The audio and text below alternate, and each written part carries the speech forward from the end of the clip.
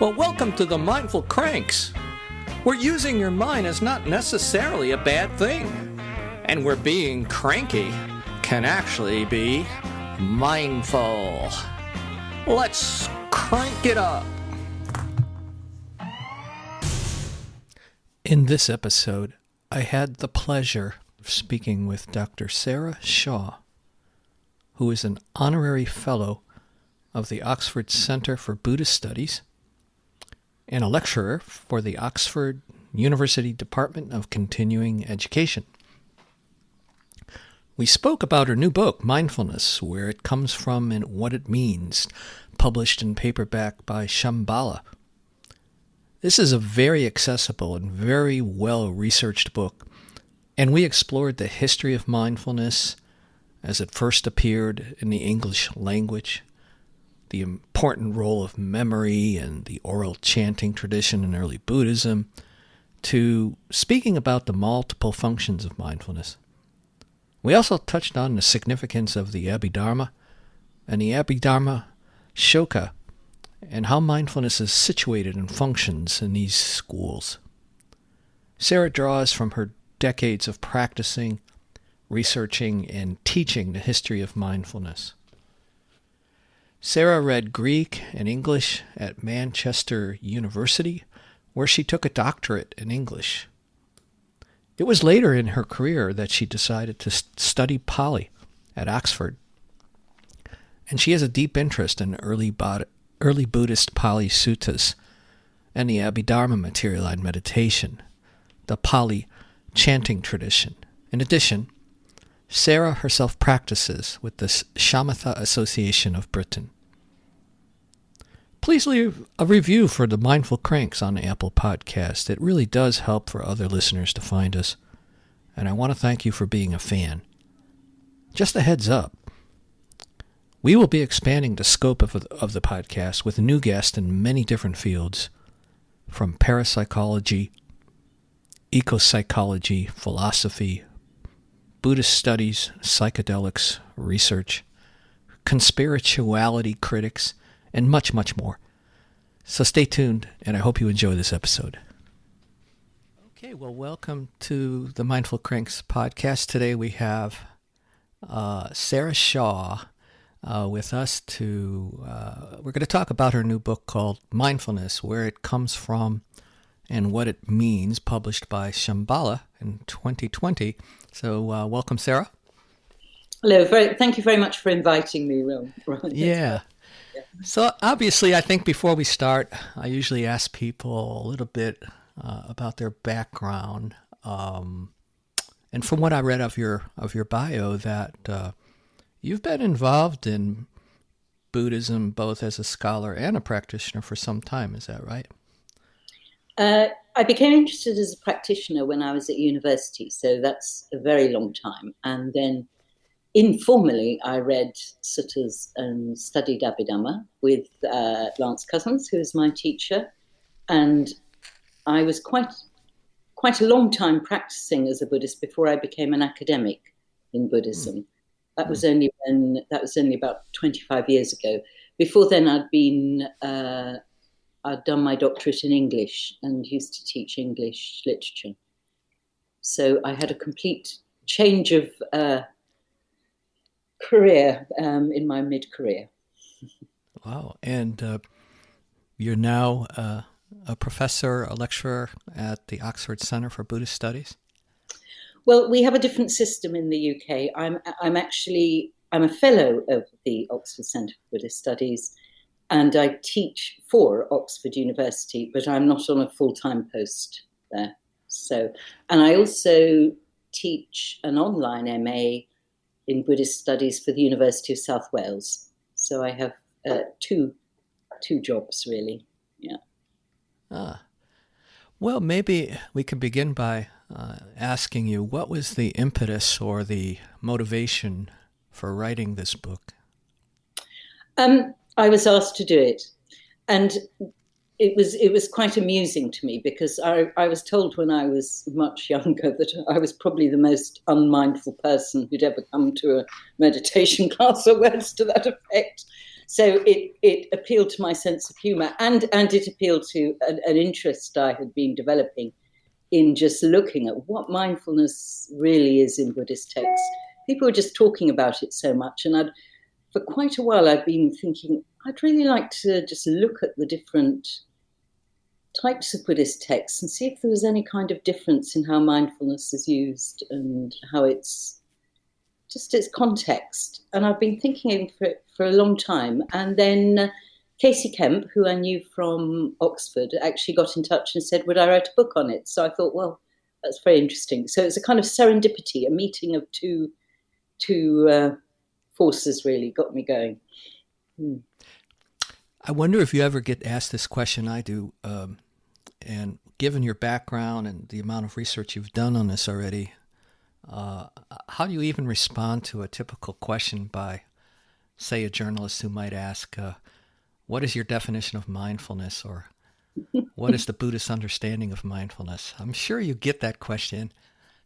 I think you probably have more sort of higher public profile than I do, so I'm sure you get asked it much more than I do. But I do get asked it, and I try and avoid a definition, and I avoid it in the book, I must admit. That seems like a really wise response. But I'm not the kind of person who gets asked by journalists what I think about mindfulness, whereas I suspect you are probably in a position where you do. So. Well, I hate the question. I really despise the question.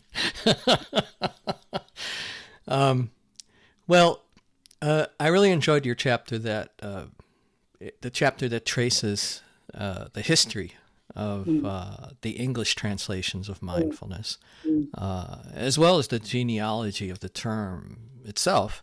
And I was surprised to learn that I always thought that T. Rhys Davids and Monier Williams were the first to use the term for sati, but in your research it goes back to a figure by the name of Henry Alabaster. Who was he? Who was he?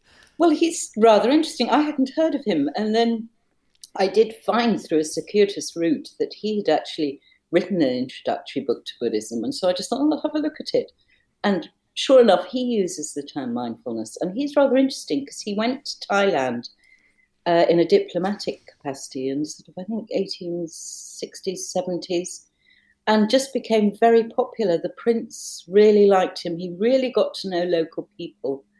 So I think, as is the case with many of those late Victorian writers and translators, they were actually in contact with Buddhism on the ground before it became influenced by all the Westerners bringing their ideas in. And so I suspect he just decided on the term quite judiciously.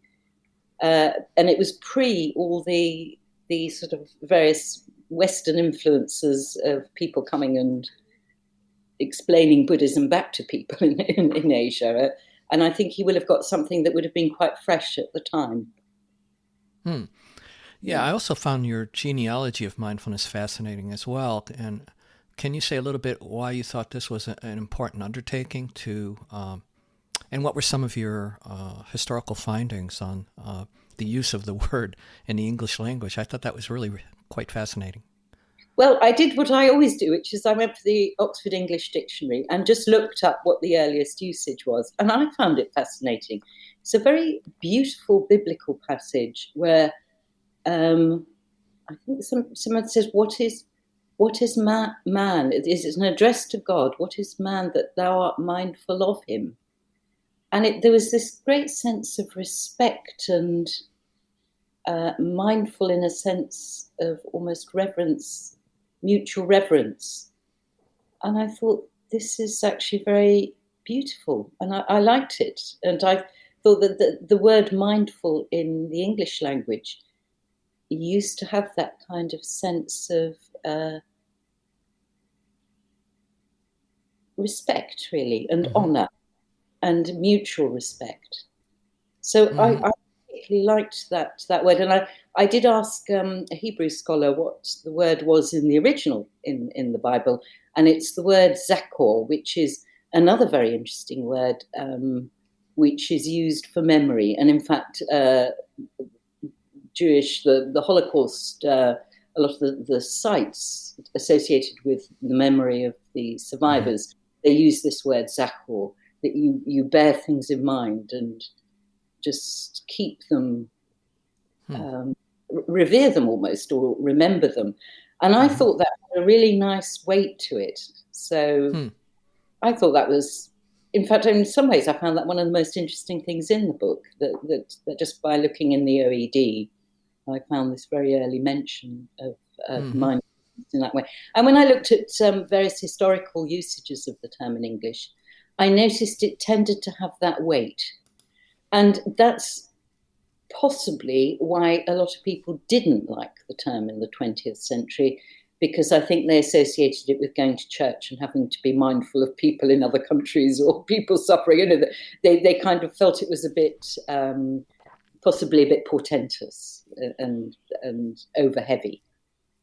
Yeah, because it was embedded within more of a biblical and church context, and you trace it actually quite as far back as the Wycliffe Bible in 1382. So it's been around for a while in our language, it looks like. And speaking of memory, of course, we have to talk about that, and the point about smrti, or memory. And you start off this chapter, chapter 3, on memory by saying that memory has been glossed over in mindfulness studies. And you've been studying the... Oh, sorry. Yeah, carry on. You've been studying the chanting tradition. And I was wondering if you could say a little bit about this chanting tradition and why it's so significant for our understanding of memory. Well, I felt this was very important because I am very interested in chanting. And of course, the texts were chanted. And chant had a particular meaning with relationship to memory at the time of the Buddha. He would have walked around and just heard Brahmins chanting all the time. It was how things were kept alive. And we tend to think, well, I've got that book in the library, I can go and look it up. But that was not the case then. You needed somebody to be chanting texts in order to have contact with your tradition. I think the Bible has been very much a book that people have related to, and they relate to it personally as something they read alone or even. Whereas chanting isn't like that. It's something that has to be collective. You have to have a lot of presence of mind, and you have to be alert. And it just struck me that the whole association of these, the Smrti texts particularly, they're actually called sort of memory texts, would be that you would have to have a group of people there. You'd have to all be there and present. And it was pointed out, I think it's Patrick Olivell's written very interestingly on these early texts. He says the word Smrti can almost be used, I think he called this as a hypostatized form of tradition. You could almost equate the two together in a way, because the tradition only lived when people were chanting it. Whereas now I can look it up on the internet or in my book, you know. Just if I'm correct, according to your book, that it wasn't it took up till the 5th century before that began to shift. Well, there is a very interesting article which was pointed out to me after I'd written the book by somebody called Klaus on the root Shma, and he does suggest that it was used sometimes for noting and sometimes for bringing to mind a positive state. But it certainly doesn't have the meaning it does in Buddhism of being a state that can be there like a sustained state. Because, I mean, when the Buddha's asleep, he says, I go to sleep, or I rest on my right side mindfully throughout my rest or whatever. And it has no meaning like that in as I understand it, before the 5th century. And for whatever reasons, the Buddha seems to have somewhat changed the meaning of the term, which he liked to do. He did like to do that a lot. So I think we can infer that he did actually change the meaning of the word Smrti from its sense of very strong association with texts to something more, perhaps even internalized, really, as something that you could sustain all the time.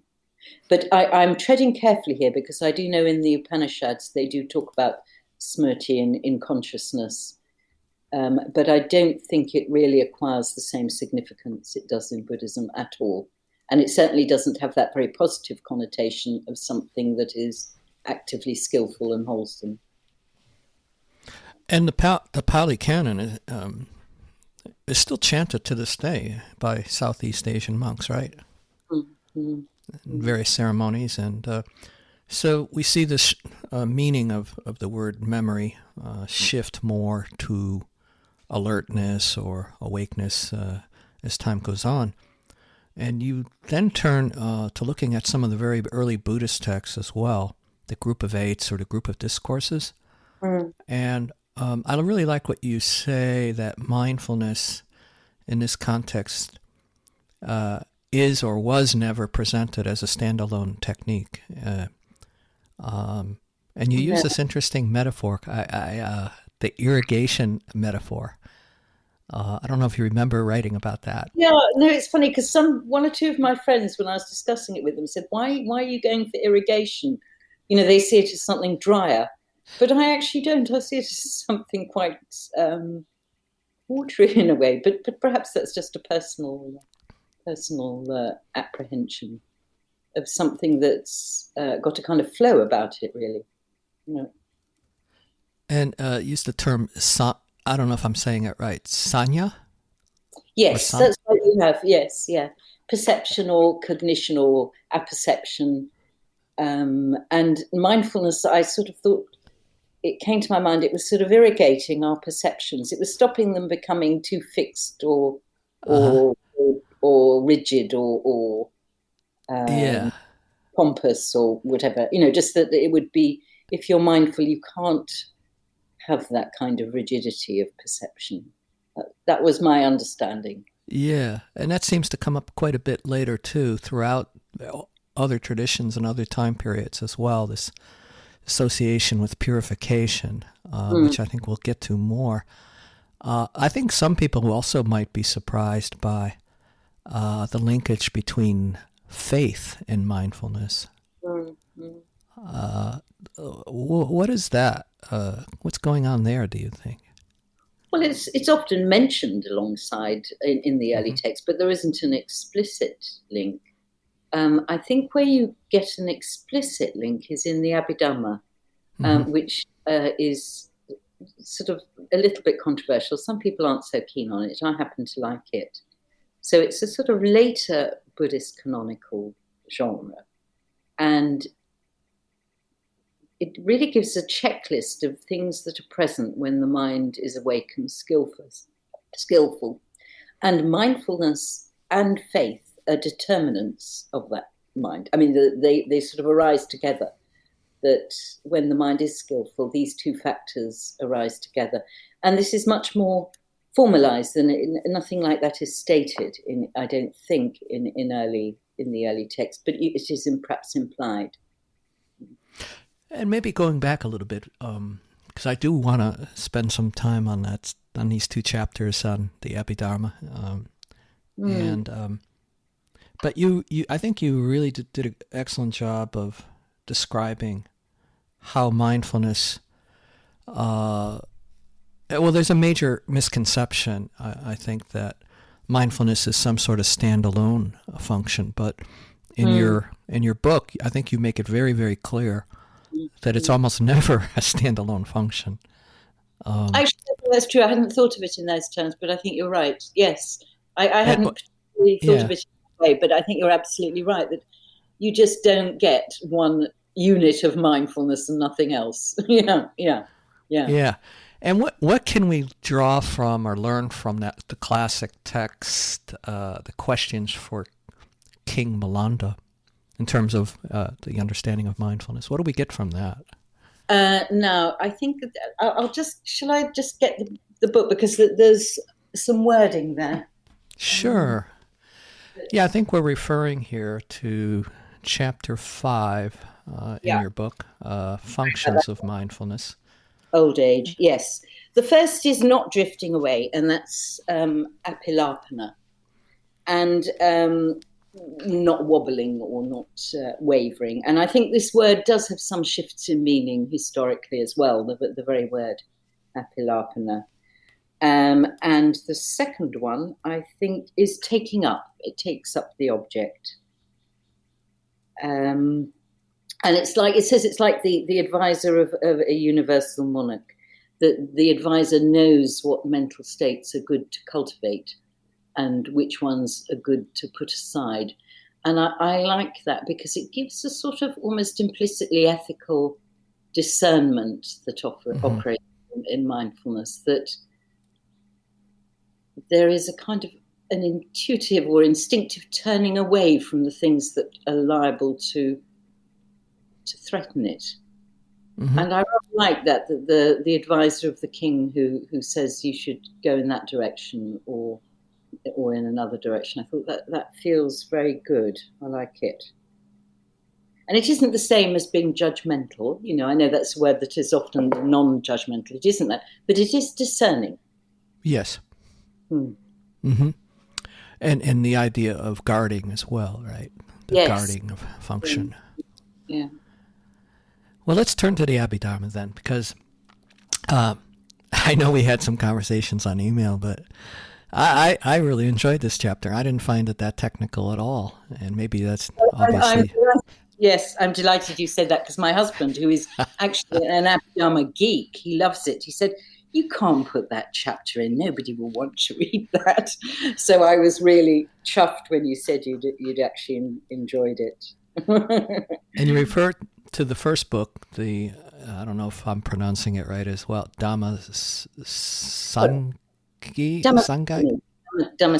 yes. A Buddhist Manual of Psychological Ethics. Mm-hmm.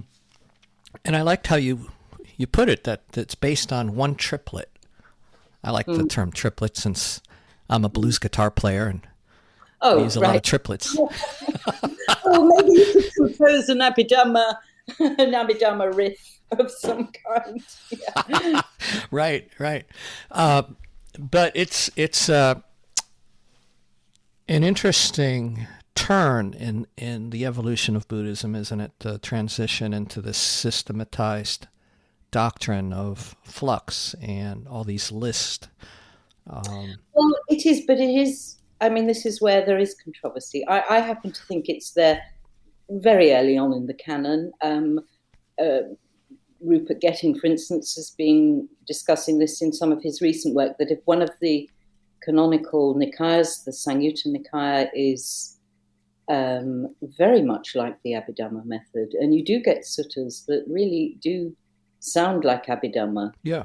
So it was clearly something that was going on, and it just, as I think happened when, after the death of the teacher, people just ran with things that were particularly resonated with them and developed them more. And I think the Buddha encouraged that in his lifetime and would have been very happy with them doing it. You know, this is all there in the suttas, and it's just really somebody's run with it, or a whole group of people just really enjoyed looking at things in that way. And I think it feels very helpful to me. The controversy about Abhidharma is that some people think it's scholars doing this and being over scholastic. And some people feel that it's actually practitioners doing this and finding it helpful for their meditation to be able to look at the attributes of a state and identify them, so that if I'm in a meditation state, is there faith? Is there mindfulness? It's a way of testing, keeping something true. And obviously I'm in the latter camp. I think that's what it feels like to me. The people who are meditating are saying, right, what's actually going on in the mind? And you see this in Sariputta's texts in the early canon. I think, can't remember which sutta it is, Abhidharma Sutta. There is a sutta in which he really just starts the Abhidharma methodology. He describes all the states that have been present while he's been meditating.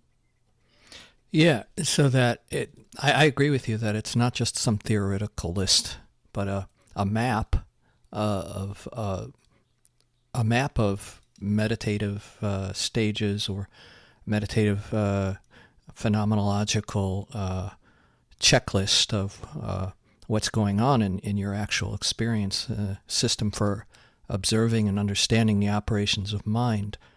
And I think that raises a really important point, how the meditative practice is informed by these doctrines in some ways, and they're almost inseparable in some ways. Mm. And yes, and it even becomes a meditation practice, just yeah, your mind to the Abhidharma. So it sort of is seen itself as a practice to test your meditative experience and sort of almost find freedom in that, not to be attached, not to become rigid. Yeah. Yeah, you make that point very clear that it almost functions as an antidote to fixed views and rigidity. I'm wondering, though, as you look at this, what do you think is different or unique about the Abhidharma's understanding of mind from Western psychology or cognitive science? What do you think? I think it's quite fundamental and quite Buddhist. There's a little early Buddhist text that the mind is naturally radiant and stained by visitors. It's just a very simple word, visitor or guest. It's sometimes translated as adventitious defilement or something like that. But it is actually the word for a guest. And I think that sense of the mind having an underlying radiance, and that there are 3 skillful routes as well as 3 unskillful routes, I think is much more sort of Asian Buddhist, really. And I think it goes against the grain of the way we have interpreted the Abrahamic traditions in our culture, and against the grain of the way perhaps Western psychologists have tended to look for dark motives. That we tend to assume in the West that if you scratch the surface, there's something really awful there. Whereas I think in rightly or wrongly, I think that is our popular, perhaps, misconception of psychological theory and Abrahamic theory, and it may be wrong on both those counts. Whereas I don't think Asians feel that. They feel there's an inherent radiance in the mind, and that there is a predisposition to skillfulness. So you can have repressed generosity just as much as you can have a repressed sexual problem. You can have repressed loving kindness or wisdom, and I really like that notion. Actually, I think it's well, it's a whole different view of human nature. Yeah. And you make also the point that from the Abhidharma perspective of awakened mind, there seems to be a coming together or coalescence of all these positive mental factors of mind, like at full power. Whereas in mundane, skillful consciousness, only some of these factors are showing up, or some of these skillful mental states are operating. Is that something that you think is... Yes, I think so. I think I'd look at it the other way round and say that in those mental states where we feel, like we're really enjoying playing tennis or walking the dog or being with friends, and it has that kind of skillful feeling, it just feels right and it's good, we are actually participating in mental states which would also be there at enlightenment. So I think you can look at it the other way around and see, yes, enlightenment is the bringing together of all these states, but also that when you are experiencing a skillful state, you've got a bit of a glimpse of what the real happiness could be. And I think that's important. It stops you rejecting your own just normal happiness. Oh, yeah, for sure. There's a slightly different point about Western psychology or even Western Buddhism, though. I mean, you did raise the point that we have a tendency to think that the unconscious and the deeper states of mind are lurking behind that, are these Freudian destructive urges and things. But there's kind of a flip side to that now in Western psychology, positive psychology, and even Western Buddhism, where this notion of eudaimonia, like a eudaimonic kind of Buddhism. Mm. However, I'm wondering though, is that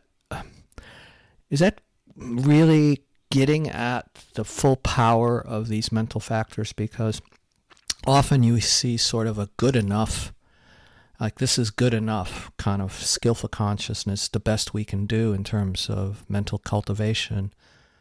And would the Abhidharma say, no, there's much more than just these, like you say, walking the dog kind of mental states?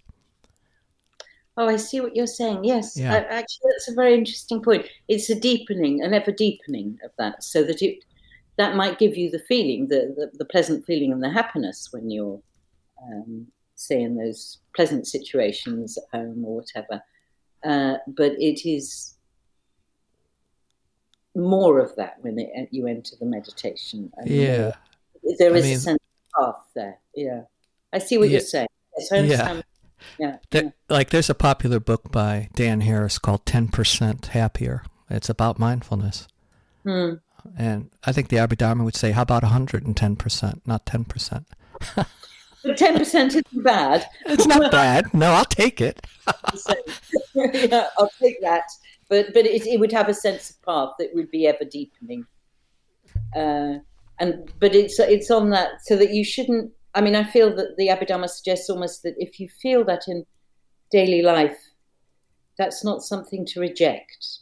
And a lot of people, when they meditate, want to feel at home.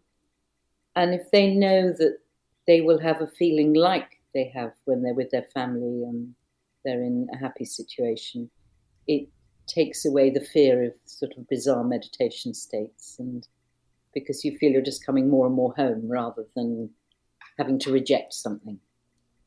Yeah, for sure. And so how does mindfulness then fit into the Abhidharma? It's a determinant of skillful consciousness in the Theravada system. That there is occasional mention of a wrong mindfulness, and I think that's the Abhidharma does occasionally incorporate the odd list from the suttas, like a whole wrong eightfold path that you could have, but it doesn't explore that. Whereas in the Dhammasangani, in the register of the different states, mindfulness occurs in all states, which are good. First part of the triplet, I think that's Kusala Dhamma, and it simply is not mentioned in unskillful states. And importantly, it's not mentioned in neutral states either, Abhyakata Dharma. So that I think that's important, because otherwise, in the Theravada Abhidharma, you could think, well, maybe it's not there in unskillful, but it's there in the normal mind's functioning. But what it suggests is that no, mindfulness is only there when the mind is skillful. Mm-hmm. Yeah, that is a really key differentiation as you move into the next chapter, which is the Abhidharmakosha, where Smriti and Sati operate very differently, and especially with the growth of the Mahayana.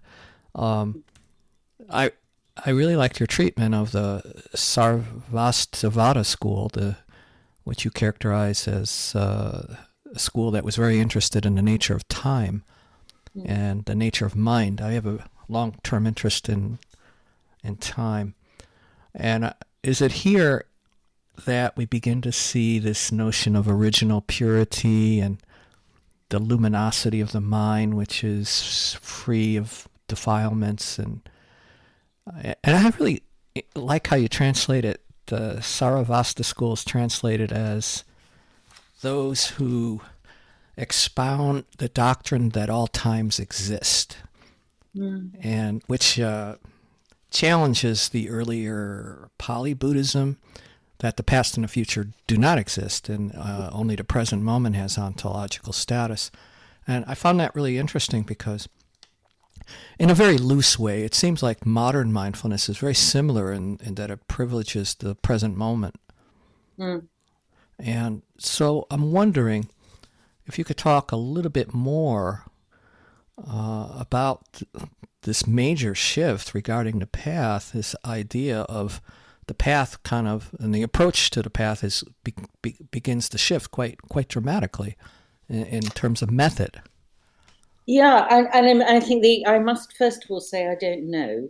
We don't know enough about that, so I will say that, and I can conjecture. So my conjecture is that what you get in Abhidharmakosha is mindfulness is a determinant of all consciousness, as is wisdom. It's there, it characterizes, but it may not be right mindfulness or right wisdom. And my understanding is, or my interpretation is because we're starting to get much more a sense of the inherent Buddha nature in people, in beings, and somehow that, my dog might not be experiencing skillful states, but he's got that seed of mindfulness and wisdom in him. I had that in my notes. I was going to ask you if a dog has Buddha nature. Yeah, no, in fact, funny enough, I was actually thinking about that because I have this wonderful dog who appears wonderfully serene sometimes. And I walk in with a friend who is a mindfulness teacher, and we were sort of speculating as to, he really does look mindful, alert, calm. Anyway, he saw, it's rather awful actually, he saw an injured bird and just went for it and just to kill it. And I thought, well, there might be momentary mindfulness in him, but there was no sense of ethical restraint or or controls on anything, no. So up to a point, yeah. But this turn towards seeing the mind as naturally radiant and free of defilements, isn't this where mindfulness takes on a different role, more as a faculty of mind rather than a determinant factor? Yes, it seems to be much more almost a function of the mind. And there seems to be a different interpretation there. And I don't understand fully the implications of that, other than it seems to be, they use the word noting a lot, which I think is something you get perhaps in the earlier Sanskrit traditions before Buddhism. So it seems that there's a slightly different understanding of the function of mindfulness. That is my conjecture.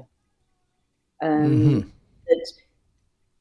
mindfulness only becomes right mindfulness in the Abhidharmakosha sometimes, but it is there all the time, whereas in the earlier Abhidharma, it is only there when there's right mindfulness, really. Yeah. So there is, I think that's a very insightful comment, that we're actually looking at something which is seen almost as a basic function of the mind, as is wisdom, which again may be vitiated or wrong, but it's still there in some way. In terms of mental cultivation or bhavana, in the Pali, in the earlier forms of Pali Buddhism, is the method more cultivation of positive mental wholesome qualities, whereas this shift with the Abhidharmakosha is more of uncovering or cutting through to try to understand the conceptuality of what's preventing the natural radiance from shining through? I think so. That is my understanding. And again, I'm hesitant because I don't know the Abhidharmakosha so well. And also, I don't think it's been studied as much. And I may be wrong there, but I haven't found... Colette Cox does a lot of work on it. But my understanding is that it's more of an uncovering of what is there. Whereas I think the Southern Buddhist attempt is more that you try and recreate something which is potential, but you try and actually cultivate it more actively in that way. I think that's right. I think so. And that seems to be associated then with the greater vehicle, what was emerging, more of these innatist views of the mind itself. I mean, you raise in the chapter on the Mahayana that new questions are surfacing then about why is one arousing mindfulness in terms of these four foundations, because there's this profound shift in view into the nature of reality with new teachings on emptiness and these new methods of active imagination and visualizations, the recontextualizing mindfulness around the bodhisattva ideal. Can you say a little bit about how this different perspective is, how it's beginning to really shift in the Mahayana, the way of thinking about mindfulness, or how it's situated? Well, I think at a basic level, the four foundations of mindfulness they're throughout all the Buddhisms: the body, the feeling, the mind, and dhammas or events or the whole, or whatever. So I think you've still got that as the basis. Yeah. But the Mahayana has this wonderful sense of exploring and looking at things in a new way. And Shantideva looks at the four foundations of mindfulness and sort of basically deconstructs any of them, all of them, and just says, well, how can you have a hand? You know, where is the finger? Is the finger the hand? Is the hand the person? And he sort of deconstructs the whole of the body. I think it's a rather different exercise from body mindfulness as we know it. This is around chapter, I think is it chapter 9 or 10? I can't remember. And it's chapter 9. 9. And it's after he's been through all the basics. And I think Shantideva is a very beautifully constructed work, that he actually starts with us looking at the basis and the emotions and the heart. And then by chapter 9, he would say, now, let's look at all this again. What is your body? What are your feelings? But he only does this well into the poem. And I think it's a sort of an exploration, really, of how these appear to us. But I don't think it's a denial of the basic mindfulness of body that, you know, we're encouraged in all traditions to practice, or mindfulness of feelings. It's more a kind of refinement of looking at that. Yeah, it's very interesting. I think there's some verses. I was talking to another friend of mine about this the other day.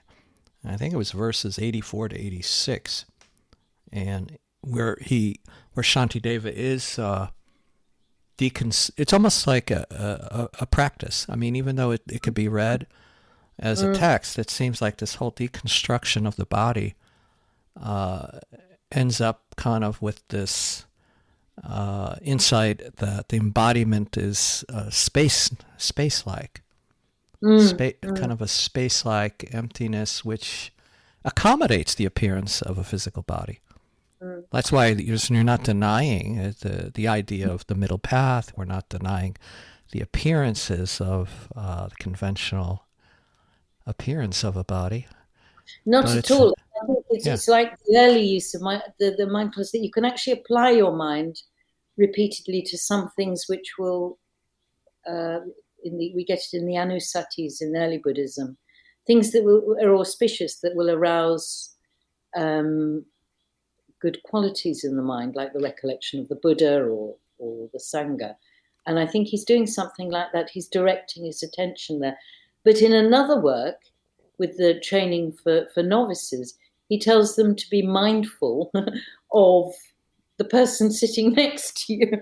And I thought this is actually quite important, that if you're doing a mindfulness practice and you kind of just barge somebody out of the way to get the vegetables or whatever, you're not being mindful. And so he has all these rules of training for novices, which are incredibly people-based and social, and how they should behave with others. And they're called mindfulnesses too. So I think he just likes to use the term mindfulness to direct our attention to things in different ways.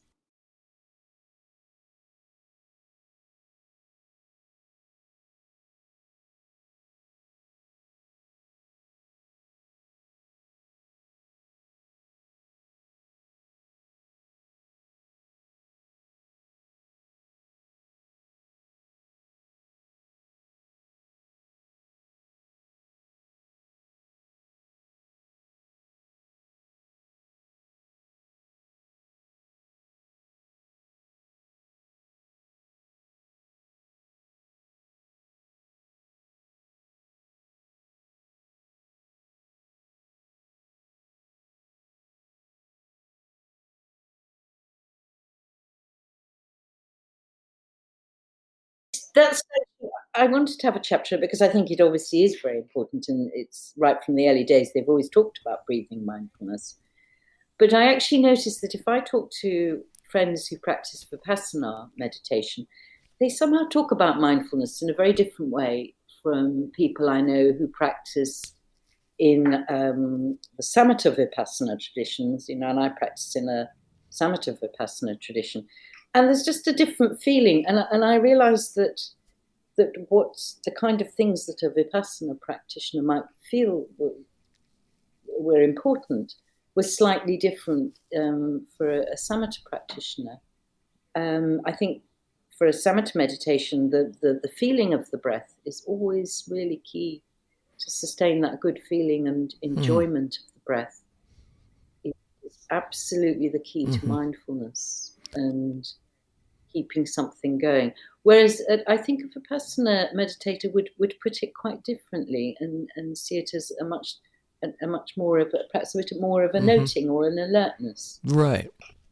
And it just has a different feeling, and I thought that was very interesting in looking at the breath to see how there isn't a. That's why I avoid a definition, because I don't think it quite works for different kinds of practices with the breath. I think people have a different observation of mindfulness in breathing practices. Yeah, and that's characterized more often than not as wet versus dry approaches to mindfulness or to Vipassana. So yeah, there's debate, isn't there, in among scholars around whether this more recent Mahasi Sayadaw's dry approach, isn't there some debates around that? Yeah, debates throughout Buddhism, yeah, I think that it's a slightly different approach. It developed in the 19th century, really, as a possibly correctly, as I think in places like Burma, there was a lot of the more magical side of Buddhism being practiced, and they wanted to make Buddhism more acceptable to an international audience, if you like. And they also wanted to reform Buddhism. So there was much more emphasis on the scientific side of the Buddhist practice, which is certainly there, as perceived in Western terms, and more emphasis on the cognitive. And I think the Vipassana route does tend to go more through the cognitive side, and the Samatha route, which was probably the more traditional one, tends to go more through the mindfulness of feeling, body and feeling, really. A different flavor. But general, yeah. It's probably more a flavor rather than, yeah. And then you bring up modern interpretations, and particularly the notion of bare attention, and how that has become quite prevalent in modern mindfulness interpretations. But you make a note that bare attention was seen as a preliminary practice and not really as a description of mindfulness itself. Is that fair? I think that is fair. My understanding is that this sort of avajjana, this sort of just adverting to the mind, just being minimally aware. I think my understanding is that it was taught by the Vipassana teachers of the earlier 20th century as a means to help people not to get caught up in what usually happens when we observe, which is that we criticize. And I think it was a kind of a compassionate way of allowing people to advert to events that were going on in their mind and body and things without judging them. And I think it really does work as a very good tool in that regard.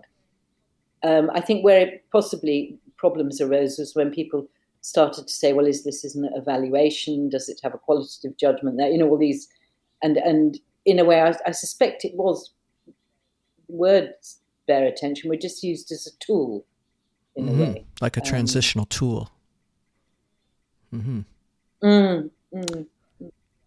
I suspect, yeah, but I don't know. I mean, I think that's possibly the case. Yeah. And what's your take on these modern interpretations by, let's say, clinical or therapeutic, scientific interpretations of mindfulness? And because more often than not always, I mean, it's become more sophisticated as time's gone on.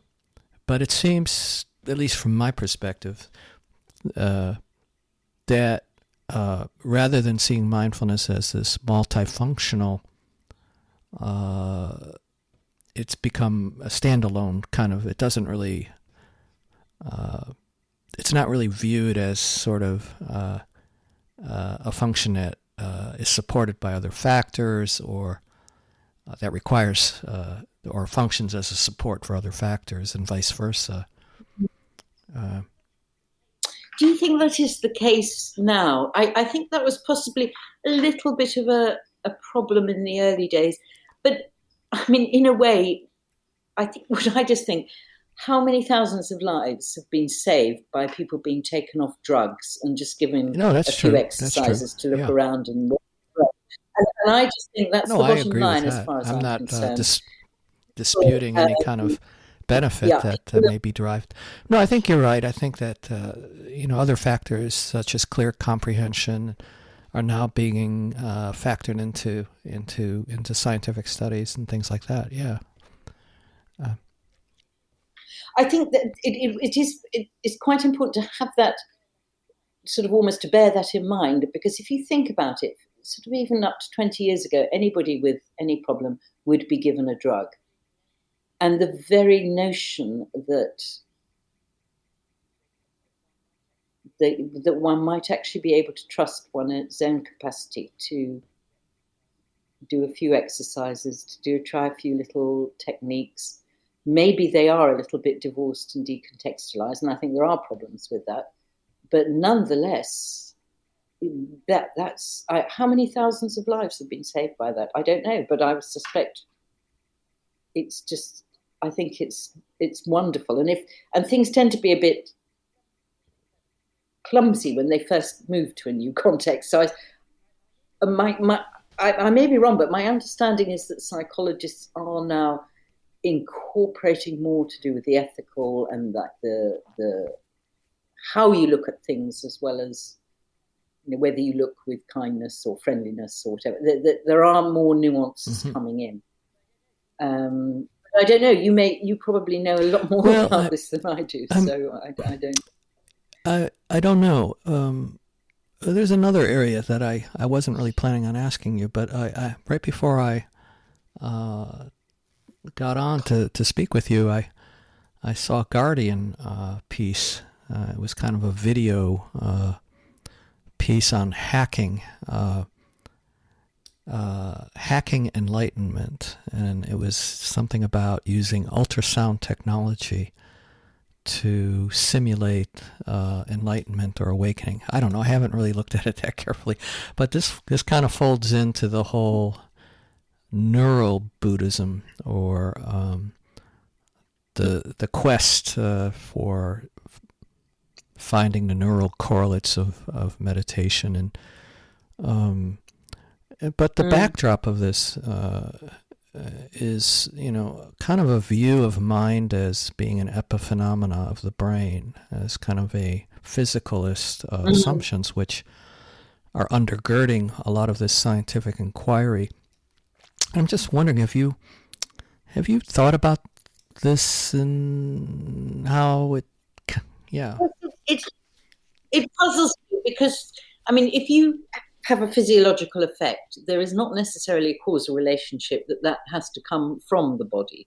And I think that there is an assumption. People say, well, I remember reading some survey of when people fell in love, they said, oh, it's just a physical response. And you think, well, that is just one phenomenon. that arises as an epiphenomenon of the whole process that's going on. And I wouldn't place as much, I'm not as interested in the physical correlates as other people are. I think I'd put it like that. It's certainly interesting, and I don't deny it's some validity, but I would not say that's the whole story. I mean, I'm interested in what the first person, what does the person feel about what's going on. And, no, it's interesting because somebody in my meditation group has been doing EEGs of meditators, and they showed some of the EEGs to people who said this person was obviously unconscious, but they weren't. They knew everything. They were just in a particular kind of meditation state, and they were very happy and cheerful, and their body had rather quietened down a lot. Whereas it looked to this is Paul Dennison, his research is readily available, whereas it looked to his friends in the National Health Service that person was in a state which was either unconscious or in certain other states, when in fact the person wasn't. So it seems to me there's a very important first person account that needs to go along with the physical account. And I don't deny the physical one, but the one thing we do know about life is that we know consciousness. I'm sure, we are aware of consciousness, and to deny what may be going on in the person involved seems a little bit odd to me. I think we need both, don't we? Yeah. Well, very good. I don't know if that's your question, because I really don't. It's just something I don't know enough about, I think. Well, this might be a great place to stop then. I think we had a really great conversation on the nuances of mindfulness through the history of Buddhism, and I really enjoyed our conversation. And I have too, and thank you for reading the book so carefully. You've really asked very challenging and interesting questions, and if I haven't answered them well, it's because I don't know the answer. So I really enjoyed thinking about them, though. I learned a great deal, and I really appreciate your time. So thank you.